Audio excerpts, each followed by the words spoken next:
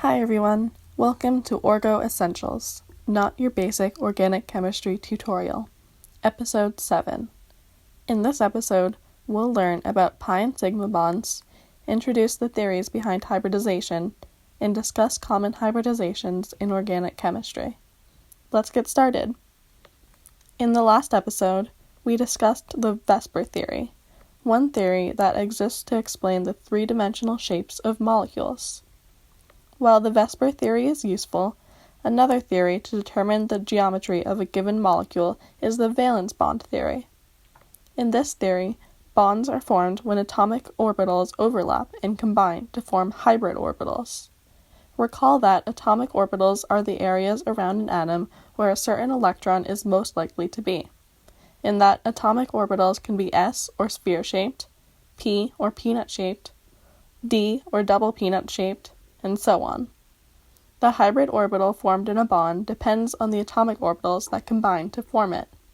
The number of hybrid orbitals formed when the bond occurs is equal to the number of atomic orbitals that were originally formed. For example, 2 atomic orbitals will mix to form 2 hybrid orbitals, not 1. Here is a summary chart, but like with the previous video, we're going to go through these shapes one at a time. First, we have the hybrid orbital that occurs when one s atomic orbital and one p atomic orbital overlap. This forms 2 sp orbitals, and is known as sp hybridization. This hybridization forms a linear shape, with a bond angle of 180 degrees. Let's look at an in-depth example of this. Here is the Lewis structure of beryllium hydride, BeH2. From just the Lewis structure and our knowledge of the VSEPR theory, we can predict that this molecule will have a linear geometry. But let's try to draw the orbitals that overlap and solve for the hybridization of each orbital. Firstly, we know that the electron configuration of hydrogen is 1s1, and that the electron configuration of beryllium is 1s2, 2s2. These configurations tell us that the hydrogen atoms will not form any hybrid orbitals. This is because they only have 1s orbitals, and the closest available p orbitals are the empty 2p's on the beryllium, which are much higher in energy. So we can draw our 1s orbitals for the hydrogen atoms, little circles like this. Though there is no hybridization on the hydrogens, there will be on the part of the beryllium atom. This is because the strongest bonds possible, in other words, the most likely bonds, with the most electron density in the bonding area, here, and the most separation of these 2 electron groups, require hybridization. We can figure out what type of hybridization because of the number of atomic orbitals combining, 1p and 1s on each side. So we can draw an sp orbital on each side of the beryllium atom, like this. Next, we have the overlap of 1s orbital and 2p orbitals. This is called sp2 hybridization, and forms 3, you guessed it, sp2 hybrid orbitals. This hybridization creates a trigonal planar shape, with bond angles of 120 degrees. One example of this occurs in borane, BH3. From the Lewis structures, we can see that there will be 3 electron groups in the molecule, spread out as far away from each other as possible. We know that hydrogen atoms cannot hold more than 2 electrons, so we can draw their 1s orbitals. The 3 sp2 hybrid orbitals formed will be attached to these 1s orbitals, like this. sp2 hybridization corresponds to 120 degree bond angles, so we can label that in our drawing too. The final hybridization we're going to discuss today is sp3 hybridization. In this hybridization, 1 s orbital combines with 3 p orbitals, forming 4 sp3 hybrid orbitals. This results in a tetrahedral geometry, with bond angles of 109.5 degrees.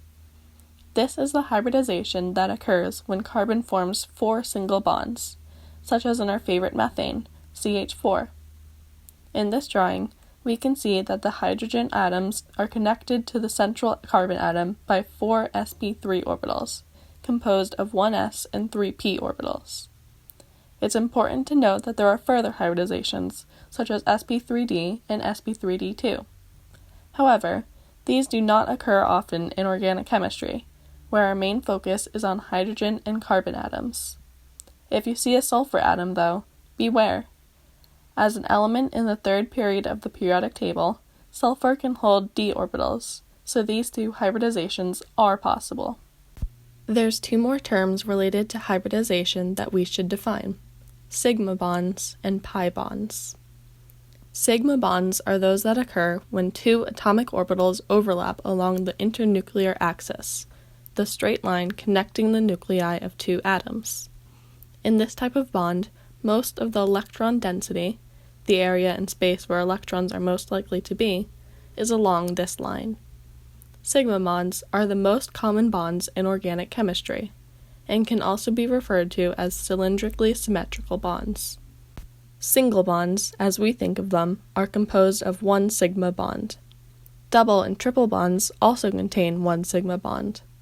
It's impossible for them to contain more than one sigma bond because there's only one internuclear axis between two atoms. Pi bonds, on the other hand, occur when there's orbital overlap above and below the internuclear line. In this type of bond, most of the electron density is divided into those two sections above and below the line. To clarify, one pi bond is both above and below the line. One half of the bond is above and one half is below. While sigma bonds are linear, pi bonds are parallel. Double bonds contain one sigma bond and one pi bond, and triple bonds contain one sigma bond and two pi bonds.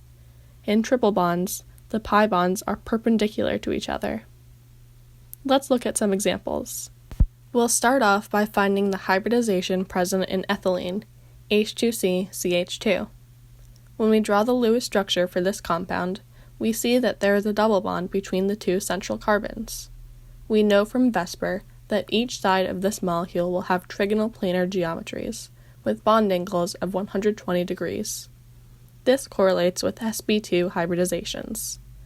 We also know that sp2 hybridization is present because there are 3 electron groups with no lone pairs. That double bond in the center, as we know, will consist of one sigma bond and one pi bond. The sigma bond is composed of 2 sp2 hybrid orbitals. The pi bond part is composed of 2 unhybridized p orbitals left over on the carbons.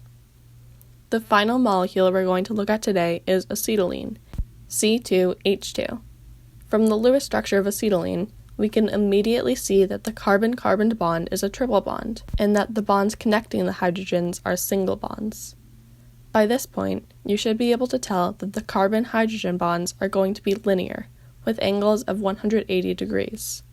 This correlates to an sp hybridization on each carbon atom. They will be along the internuclear axis as sigma bonds. So that's the CH bonds taken care of. What about the CC bond? Recall that triple bonds are composed of one sigma bond and 2 pi bonds. That sigma bond, like usual, will be formed along the internuclear axis, a combination of 2 sp hybrid orbitals. One pi bond will be composed of 2 unhybridized p orbitals. We'll refer to these as the py orbitals because they are along the y-axis. The second pi bond will consist of the other 2 unhybridized p orbitals, the pz orbitals. That's it for this video. Like usual, I've included a link to a document with some practice problems for anyone who wishes to get some more practice with hybridization. If you have any questions so far, feel free to email me or comment down below. Remember, practice only makes better. The next video will be about electronegativity and polarity. I'll see you then.